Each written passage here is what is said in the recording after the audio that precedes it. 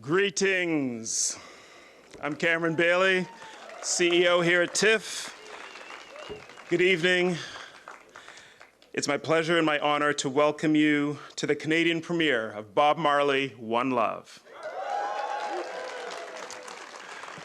Thank you so much for being here at our Viola Desmond Cinema.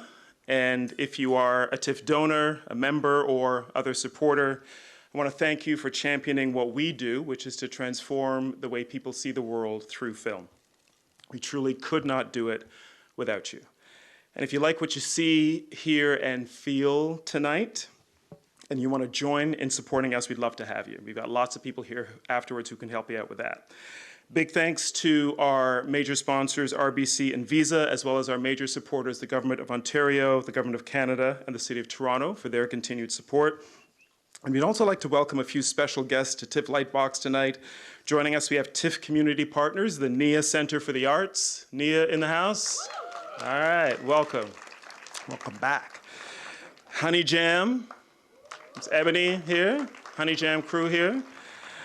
And Kickback, as well as Her Excellency Marcia Koor-Loban from the High Commission of Jamaica in Ottawa. Welcome, and thank you for being here with us.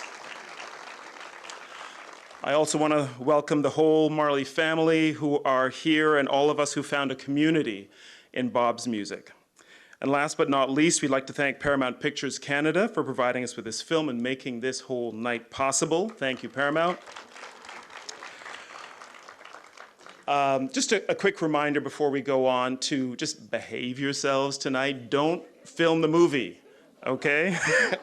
It's not legal. We don't like it. We have anti-piracy measures in place. Old pirates, yes, they rabbi. However, we do encourage you to share your experience online afterwards, and you can tag us at @TIFF_net. You know, each one of us has our own story of entering the music of Bob Marley and the Wailers. For me, it was the live album, Babylon by Bus. That was my first discovery, but no matter where you entered, I think you'll find something that touches you in the film that you're about to see. Bob Marley, One Love stars the brilliant Kingsley Ben-Adir in the title role and Lashana Lynch as his wife, Rita Marley. And it shows the making of the music and the making of the man, all the heartbreak, all the triumph, the legacy of Bob Marley. The film is directed and co-written by Reinaldo Marcus Green.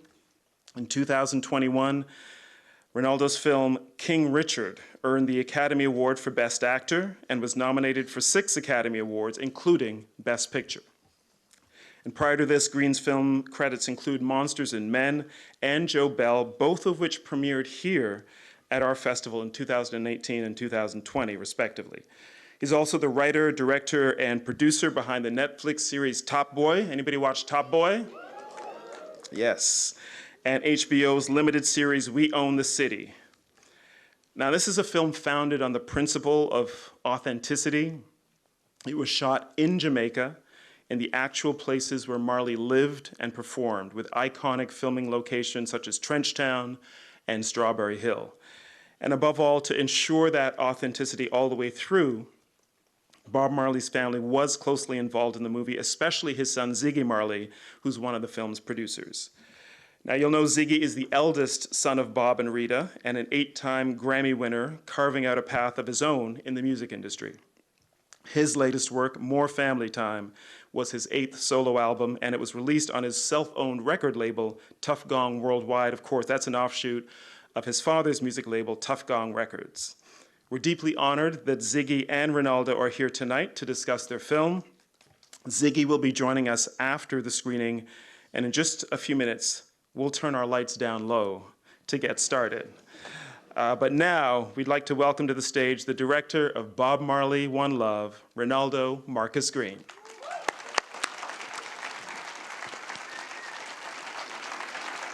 Thank you, guys. Thank you so much. And we're so excited to share our world premiere here in Toronto with you guys. So thank you for coming tonight.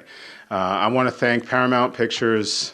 I want to thank the Marley family. There was no movie without you and your support. We love you. Obviously, have to thank Bob for his music, the gift of his music that he gave to us, and hopefully we can give to you. I had to go back to the beginning where it started for me. My dad named me Reinaldo Marcus Green after Marcus Garvey. That wasn't an accident. Maybe it was written. It's one of those things where you have to listen to the signs. Sometimes the universe is speaking to you, and it did with this film. Bob's music, his message means so much to so many, and we wanted to bring something that humanized him, that brought those lyrics to you and to a new generation of kids. So I hope you enjoy the film. We made it with love. Enjoy, and I will be after to have a Q&A with you. All right, bye. Please join me in welcoming to the stage the director and co-writer of Bob Marley, One Love, Reinaldo Marcus Green, and producer, Ziggy Marley.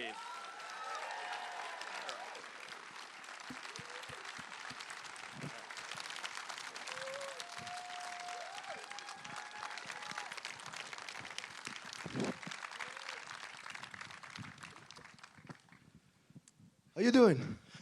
Good? How do you feel about it? Yeah? Nice. Congratulations on this movie. You know, the whole world knows Bob Marley, the whole world loves Bob Marley's music, but this story has never been told like this before in a feature film that will go all around the world. And I know it couldn't have been easy. Can you talk a little bit about how you two came together to make the film? What was the initial spark? You tell the story. All right. Yeah, we had the spirit move us, you know. That's how we do things. We do things by the spirit. It wasn't a thing that we considered for a long time. The spirit said, make an effort and see what we can do with Bob's story and how we can make it be more than an ego thing or a vanity thing, but make it mean something more to people when them see it. When them see the marketing, the billboard, it must mean something more than just a money thing, you know, as Bob would say, you know. So we started out the process. We got some good partners with Paramount, the studio. Started looking for directors and stuff like that. So Ray got on a phone call with me.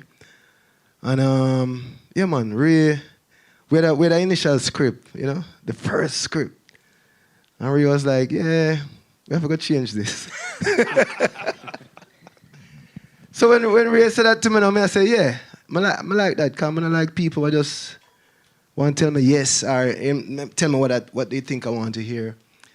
So Ray was so truthful to me that I respected that, and I wanted that to be a part of the project. And then I did watch, I watched some of King Richard, but what really impressed me with Ray's work was some of the smaller stuff he had done before.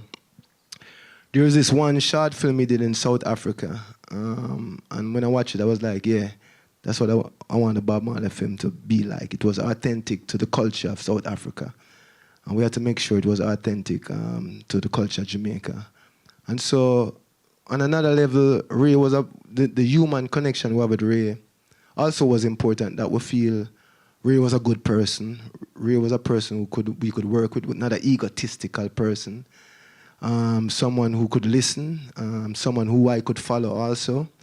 And then, yeah, so that was the method of choosing Ray as the right person, and we made the right decision, you know. And Ray, we know your films. We've shown two of your films here before, and we know King Richard, of course, but you're not Jamaican. You sure? I am now. And Three then- strikes. Marcus, true strike. And then you brought this amazing actor, Kingsley Ben-Adir. What did you think of him? Is he not incredible?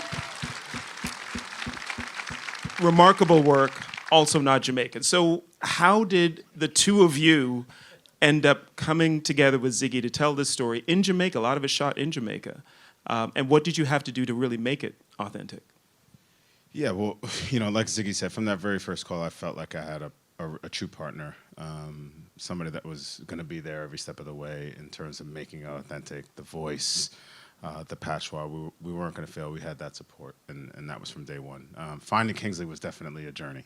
It took probably over a year, and we looked everywhere. We looked everywhere we could possibly find. And when his tape came in, it moved us. It intrigued us. It held our attention. He was magnetic. He was intelligent. He was charismatic. He had this presence. And it was very confident. There was something very confident about his tape. And so after talking to Ziggy about it, we felt like we found somebody that could hold our attention. And that's where the process started. Now, we didn't know the hair, prosthetics, how we were going to get the look right, and the dancing and the song, music and all of that stuff came after. But what we had was this. We had somebody that had that. And so, yeah, then the process of transforming Kingsley into Bob was the better half of a year as well. Mm-hmm. And that took a long time. He lost a lot of weight. He learned dialect. He learned how to sing. He learned how to dance. He really put himself to the maximum effort, like Bob. Bob was a workaholic, and Kingsley had a lot of the same attributes. So we had a soldier, so to speak, on for the journey. So what did you say to Kingsley? He's playing your father, after all, not just an icon for the world, but your own father. What did you say to him that brought him closer to playing Bob? Well, I wouldn't say. I mean, we had a lot of discussions during the shooting on set. We had Neville Garrick with us, and Neville Garrick was a close friend of my father and an art director from my father. He passed away right after we finished shooting, unfortunately. So we had a team. It wasn't just me. We had a team. My sister came through Sidella. My brother Stephen is a music supervisor. So we had a good team. With Kingsley, I mean, there was little moments, I can give you a couple of anecdotes on that, like simple things, right? So, yeah, Bob never walk up the stairs one step at a time, take 2 steps. Oh, yeah? You know what I mean? So a 2-step, when you go up the stairs, make sure you take 2 steps, right? So stuff like that. But I feel like the most impact we had on Kingsley was just being around us, yeah? Taking in our vibe, our energy. And we also surrounded him with Jamaican actors. Not even actors, just, because most of them never act before. So a Jamaican cast surrounded Kingsley, so he was immersed in that culture and set all the time. Yeah, but Kingsley still, we have to pay respect to him because he had his own ideas as well. This is not about pretending to be Bob Marley. This is not about a gimmick where you're just mimicking. It's about an artist expressing themselves in their own artistic way, representing Bob, but not in a like every single thing of a bit, just like how we see it. We're not trying to like copy every, the man have to have a freedom for express art as an artist. And so he also had that freedom and input into how he would portray Bob. And what I like about what he did was the emotional depth that he went into. It was a different side of Bob that we've never seen before. And even while I was on set, made me think about the emotional things that my father must have been going through, which I never really think about before, because I usually see my father as a giant, like as this man, invincible. But he wasn't invincible, you know what I mean? So Kingsley brought that out to us and made me think about, boy, he must have really went through some shit, you know what I'm saying? Yeah, some heavy shit. You set the movie in and around that moment, a political conflict in Jamaica in the 1970s with Manley and Siaga, the shooting of Bob, and then his escape in a way to the UK. But you somehow find another way to layer in the whole story, the Wailing Wailers and the early years in his childhood even, and all of the things that drove him. And I wonder if you could talk about finding what was the core of the whole life story of Bob Marley and what discussions led to where you landed. Yeah, we were never interested in doing a cradle to grave. It's just too much life to pack in a short amount of time. So we were trying to find the right window. It felt like 76 after the assassination attempt, or right before, felt like that moment changed Bob forever, changed his family's life forever. And he went into essential exile at that point. And what did Bob do? He created Exodus, the album that we all know. It's what took him from being sort of a star in Jamaica to a global superstar. It's a period of time of rich musical creation. The movie was the celebration of Bob's life. So that period was just so rich in creation. Also what was happening personally, professionally for him at that time. There was just so much to unpack with the creation of that album, the touring of that album, and his return to Jamaica for the One Love Peace concert.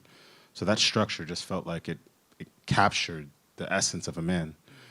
All the albums that came before it, all the albums that came after it. And so that felt like the right window for us. And of course, we have flashes to his early life to help prop up that A story. Feel-good moments for sure. Simmer Down, one of my favorite scenes in the film. to help show some aspects of his life, and of course the visions, Bob's spirituality, what he was singing about, what he was singing for, what represented his spirituality, and so that period of time felt like the right time for us. The movie's called Bob Marley, One Love. Of course, that's one of his most famous songs. That was what drove him, and what we've taken from Bob is that idea of one love. But it's also a love story, right? And I want to maybe ask you a little bit about the part of the film that's about Bob and Rita. Complicated relationship. Your parents up on screen, right? How did you navigate what you wanted to show about that and just getting to the heart of that love story? Yeah, well, we do just want to tell the truth. We never, really and truly, me personally never think about like navigation. Our navigation is the truth. And that we want to tell, you know? So everything else unfold from that. And a lot of people don't know how important, or don't realize how important she was to Bob in his rise, and who we know Bob as today. I mean, she's the home base. You know what I say? Even other women or whatever, but she's the home base. As a youth, I can tell you experiences where Bob have to come home. Because him can't go nowhere, because this is, when him talk about ride or die, she had a real ride or die. You understand me? Can I watch it? I mean, I don't know nobody else in our history get shot in them head. 2 days after, still come up for support. What's happening? I mean, who do that? I don't know nobody else would do that. So you have to respect that. And so, yeah, we wanted her story to be a part of it. But we never overthink it, as I tell you. It's just the truth. Right. And that will set everything, you know? Right? Yeah, I mean, look, Rita is the one that brought Rastafarianism to Bob, which I think is probably the single most important thing in us understanding Bob's music. Gave him a sense of purpose, gave him his spiritual father that he never had, and that's critical to understanding Bob. And the fact that Rita was the one that introduced him to that. You know, it wasn't just a cool hairstyle. It was a lifestyle, you know. It was a life commitment to honoring Jah and his message, and went into all the music. And Rita's story needed to be told. Behind every great man is a great woman.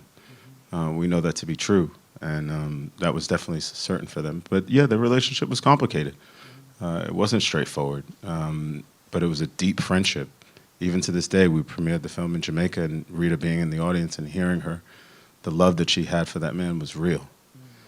Still to this day, she's honoring his legacy. So that was an important thing for us to know.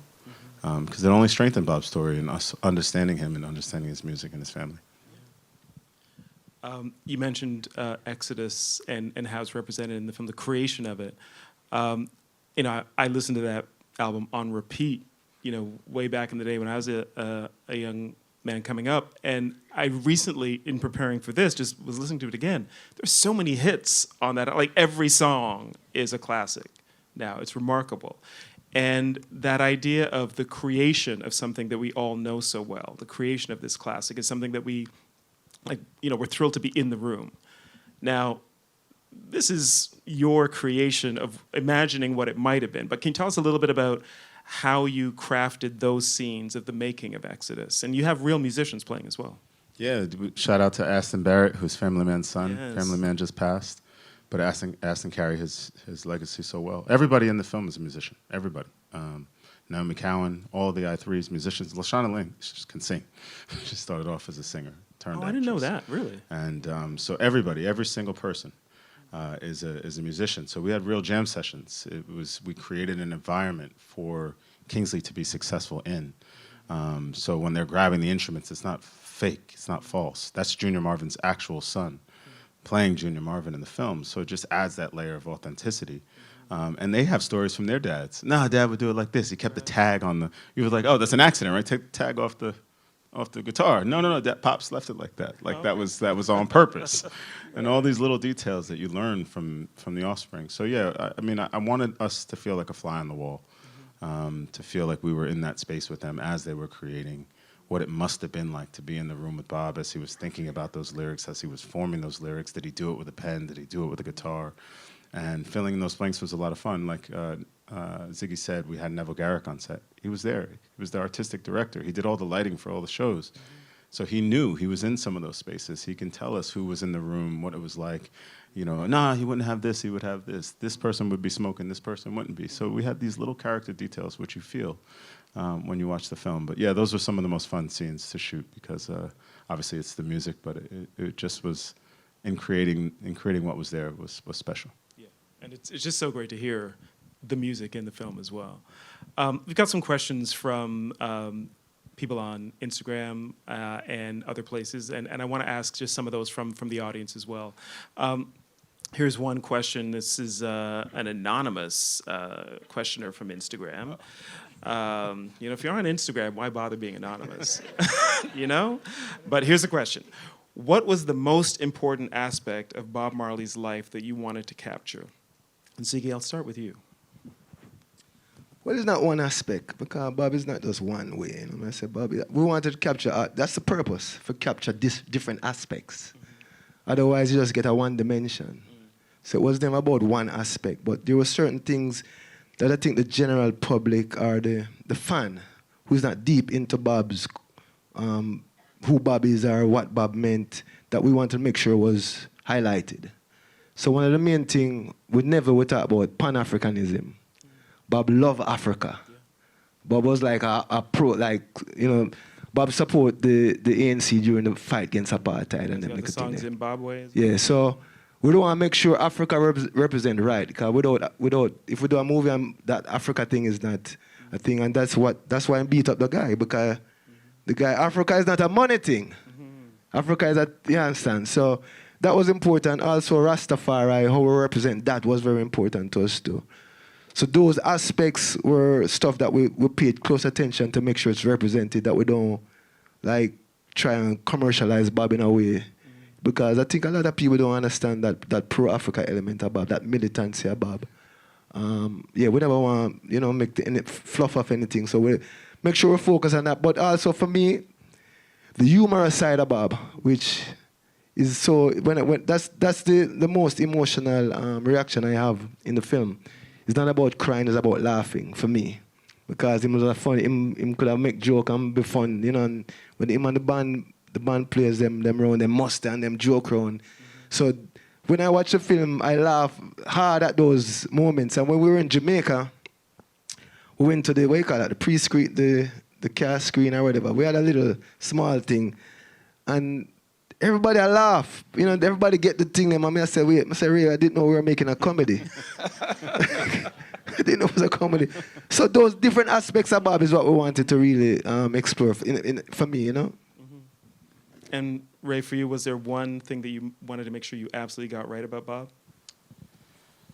Yeah, like Ziggy said, not one thing, but I think the thing that stuck out for me is the work ethic. You know, they said Bob didn't sleep; he just rested his eyes, and I believe that to be true. Like nobody worked harder. They said he was the first one on the bus, last one off, and music doesn't just fall out of the sky. You know, he worked at it. He worked relentlessly to be great. He was already great, but he worked at that greatness, and he put the time in, whether he felt like he didn't have enough time or whatever it was, but he was driven by something else, by getting that message out. And I think that work ethic is so important. You know, it's so important to know about Bob and understand his, what he put into the music.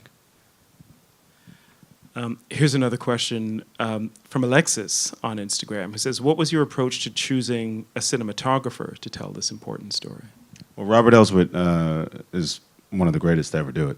Won an Oscar for There Will Be Blood. I met Robert at the Sundance Lab in 2018 with my first film, Monsters and Men. And at that point, I just said, okay, well, I have to find a project for this guy that maybe, just maybe, this little indie filmmaker can get on his radar. And then I found this project with Will Smith called King Richard, and I got Robert to shoot it. And we had such an amazing job, amazing time on that film, really understanding him as a filmmaker, as a person, how he location scouts, everything about lighting, you know, and making the spaces feel real, and that authenticity. There's a naturalism to his work, and so we had a really, like, a shorthand, and so there was no doubt when I took on this job that I wanted Robert to shoot it. I remember that was one of the first things I said to Ziggy, like, we got to get Robert, and and I'm so happy we did. You know, you don't feel like you're on a stage. You don't feel like you feel like you're living in real spaces. Everything's real, and nobody works harder. That guy's, you know, I don't remember a day off, Saturday and Sunday. That guy's at it. He gives me energy, and he's 73 years old. So, yeah, well done. Kudos to Robert. Can you talk about there's a specific scene or image that we see repeated in the field, the burning field, with Bob as a child, which is beautiful, beautiful moment, and symbolic of so much, I think. Can you talk a little bit about how you found that image and how you wanted it to kind of play through the film? Yeah, well, Ziggy said very early on, you know, my dad had visions. And we talked about visions. Okay, well, what are those? What were they? You know, there were lots of visions, and how do we depict those visions in the film? Spirituality is such an important part of the story of Bob's journey, and so figuring out, we had to go back to the beginning. Bob as a child, what he must have been running from. You know, he was absentee father, grew up homeless, poor. He carried that burden. So you can feel that this was a child that was carrying that burden. And at some point, we wanted something that said he can stop running. There's a spirituality that lifted Bob up, that carried him. And that was through Haile Selassie. That was through his spiritual father. And we feel that he found that at the end of the movie. Bob found that. It's what guided his music. It's what guided his purpose. And so that was the framework for developing those visions, and then tying it to the music. That was the most important thing, is when we showed it. We didn't know exactly early on where we were going to do it, but we knew that that was the visual representation of it. Ziggy, I wonder if there's anything more you can tell us about the visions that your father had. And what did he share with you? What kind of visions were they? Yeah. The thing is that my whole family is like people who have vision. It's not just my father, my grandmother, my grandfather, my mother. We are spiritual people. And so we grew up with the idea that visions mean something. They tell you something. If you're open enough, accept that, you know, and not like think of it as like, oh, it means something. When I have a dream, it means something to me. Not all of them. Some of them just... But I know which ones mean something. Okay. You know what I say? Mm-hmm. So, yeah. No, my father, I mean, we hear stories about that. We hear stories that he had a dream about the shooting. Yeah, my mother, we have dreams, bro. Everybody have dreams, but we listen, we believe there's a guiding force higher than ourselves that speak to us sometimes through dreams, through visions. And so we accept that. So yeah, Bob was a visionary, you know. Last question from the audience online. It's from Juliet, who wants to know, what was the most profound thing that Bob Marley said in his last days? Well, it's in the movie, you know. Yeah, you guys saw it at the end there, what him say. What him say? Who said? Yeah, yeah. You hear that? When a human being can say that, a human being come to the conclusion that his life is not just for him. If his life is for him, he doesn't want it. Who can say that here today? No, not even me can say that. You understand? So when a man come to that conclusion, he must have been through something. You know what I mean? I say, that is the most profound thing me ever hear a man say. My life is not for me. If my life is for myself, I don't want it. My life is for people. I mean, wow. I get goosebumps, you know? Yeah, man, it's a serious thing, yeah. All right, the last thing I will ask, because, you know, anybody who's traveled around the world, you know, you can't go far without seeing somebody wearing a Bob Marley t-shirt. Anywhere, any country, any continent, any corner of the planet. This movie will go around the world. What are your hopes for Bob Marley, One Love, when it does reach every corner of the planet where people have heard the music already? Well, I think, it's obvious for me, every corner of the earth needs a message of one love. Most important. I think that's the most important thing about this film, is that we're not just promoting a movie or the story of Bob, but we're promoting a message, we're promoting a consciousness. And this couldn't be a Bob Marley movie without that, because it would just be a vain project. And so the meaning behind what we're doing, and even, because when we drive and we see the billboard and they say, The first thing I say, one love. I don't even say Bob Marley. I say one love, quite big. I mean, I say, that's the right thing. That's the right energy for put to the public. That is the right message to. Nobody now put that to the public. No politician, no religion, nobody. I say nobody in the world. I put a message to the people for unify. You understand what I say? So, yeah, Bob's still there. Bob still represent, and we represent the message right because humanity need this message, you know. So, we hope say people come out of it and get a reinvigoration for try and make the world a better place. Cause it's in the movie to where the man say, Bob, you think the world can make it? And him say, make it? Yeah, we must make it. It must be made. We don't have no other choice. So we have to make it. Yeah. Thank you. And Ray, people are going to be seeing your movie all around the world soon. What are your hopes for this film? I mean, just what Ziggy said. I hope people love it. I hope it brings you closer to the man, his music, what he sang for. He gave us a gift. He gave us a gift of his music. It's for the next generation, my kids, their kids. Continue the message, continue the legacy, unity, peace, love. Absolutely. Well, listen, thank you for taking the time. Yeah, before we leave one. Yeah, go ahead. Yeah, before we finish up, I'd like invite up my big sister, my biggest sister, Sharon. Shay! Sharon Marley is here. She know my father before I was born.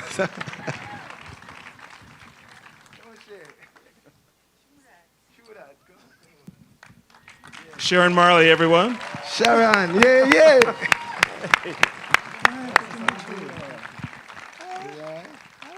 I'll say a few. Thank you, bro.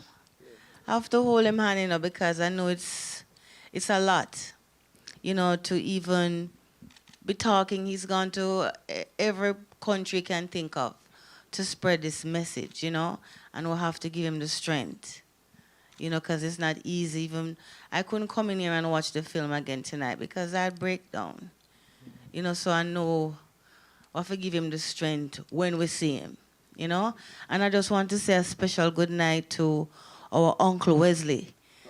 Where's Uncle Wesley? Uncle Wes? Yeah, Uncle Wesley. This is my mother's brother. Yes, this is the oldest living relative we have, yes. And Ziggy's waving to Auntie Norma, too. Yes, Love you. Love you, Auntie Norm, Uncle Wes. And I would like to say hello to my daughter as well. She's here in the audience, Danisha. Stand up and take a bow. A Toronto resident. She's here. So thank you, David, for inviting me up on stage, in memory of our love. Well, I'll be at the AGO tomorrow. He's promoting me. I'll be performing at the AGO tomorrow evening. First time back in Canada, because you know that we have to carry on. We must carry on, right? We must carry on. Thank you for coming Give here thanks. in February. Yes, Yes. in the cold. Yes. Appreciate it. Thank you so much for being here tonight. Thank you so much for Bob Marley, Thank you, One guys. Love, Sharon Marley, Ziggy Marley, and Reinaldo Marcus Green. Thank you.